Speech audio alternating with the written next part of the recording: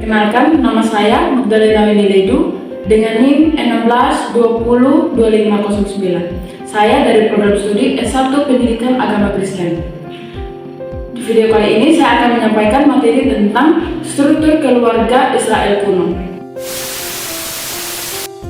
Teman-teman penasaran bagaimana sih kehidupan orang-orang pada masa Alkitab pada waktu itu?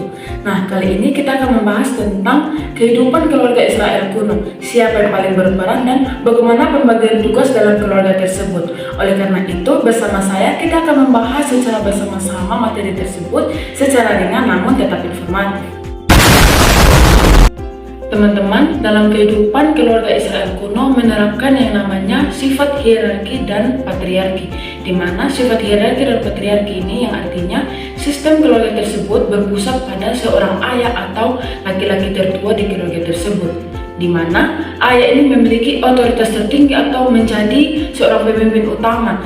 Dia yang akan mengatur struktur keagamaan, struktur sosial, hukum maupun budaya dalam keluarga tersebut. Selain itu, anak laki-laki pertama juga memiliki hak kesulungan, yaitu mendapatkan warisan ganda serta bertanggung jawab untuk meneruskan nama keluarga serta menggantikan tanggung jawab dari seorang ayah. Dalam struktur kehidupan keluarga Israel kuno terdapat 3 pembagian tingkatan. Yang pertama ada keluarga inti. Keluarga inti terdiri atas ayah, ibu, dan anak. Keluarga inti juga memiliki tugas yaitu untuk mendidik, melindungi, serta meneruskan tradisi keagamaan. Lalu yang kedua ada keluarga luas. Keluarga luas juga disebut backup atau rumah ayah, di mana mencakup keluarga inti yang tinggal berdekatan. Biasanya terdiri dari kakek nenek, anak-anak beserta pasangan dan cucu, serta budak atau pelayan. Yang ketiga ada klan dan suku. Nah, teman-teman, dari beberapa backup tadi membentuk klan, lalu klan membentuk suku. Misalnya ada suku Yehuda, suku Lewi, dan beberapa suku lainnya. Suku dan klan ini sangat penting dalam pembagian karena perlindungan sosial serta peran dalam ibadah bersama. Contohnya, suku Lewi berperan sebagai pelayan ibadah, entah itu pelayan di kemah suci maupun tempat-tempat ibadah lainnya.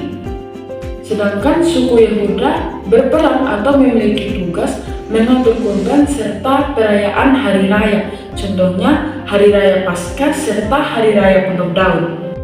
Sehingga ibadah itu tidak hanya bersifat individual namun bersifat komunal dan turun-temurun serta memperkuat iman dan sosial bangsa Israel. Dalam kehidupan keluarga Israel kuno juga, setiap anggota keluarga mempunyai peran serta tanggung jawabnya masing-masing, di mana ayah berperan sebagai pemimpin rohani, penentu keputusan penting, serta wakil keluarga dalam masyarakat. Selanjutnya, ibu bertanggung jawab dalam rumah tangga, mendidik anak, khususnya di tahun-tahun awal kehidupan.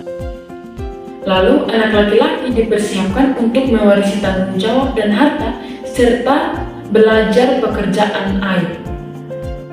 Dan anak perempuan dipersiapkan untuk pernikahan, dipandang sebagai kehormatan keluarga ketika menikah dan menjadi bagian dari keluarga suami. Dalam kehidupan keluarga Israel kuno, ada pula hukum dan tradisi yang berlaku. Yang pertama, adapun hukum Musa atau hukum Torah. Hukum ini mengatur berbagai aspek keluarga yang meliputi aspek warisan, aspek pernikahan, aspek poligami, serta hukum Levirat. Hukum yang kedua yaitu pernikahan. Nah, pernikahan ini biasanya diatur oleh keluarga dari mempelai perempuan dengan mas kawin sebagai bentuk dari tanggung jawab pria kepada perempuan.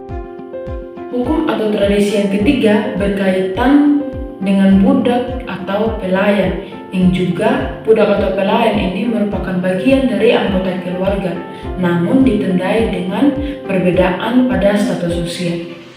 Selanjutnya, keluarga memiliki fungsi dalam bidang keagamaan, di mana keluarga adalah pusat transmisi iman Yahudi serta tempat pertama anak-anak mengenal Tuhan. Nah, Teman-teman, selain sebagai seorang pemimpin, ayah juga bertugas untuk mengajarkan hukum Taurat kepada keluarga, terutama pada hari raya Paskah, hari Sabat, serta upacara keagamaan lainnya.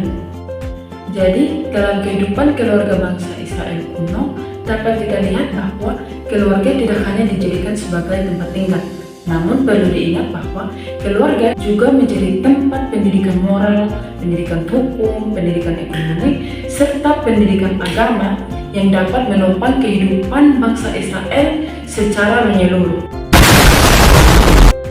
Nah, itu dia sedikit gambaran tentang kehidupan keluarga Israel kuno. Semoga video ini dapat menambah wawasan serta menambah ketertarikan teman-teman agar lebih tertarik dalam mempelajari sejarah Alkitab. Teman-teman jangan lupa like, komen, dan share jika teman-teman menyukai video ini.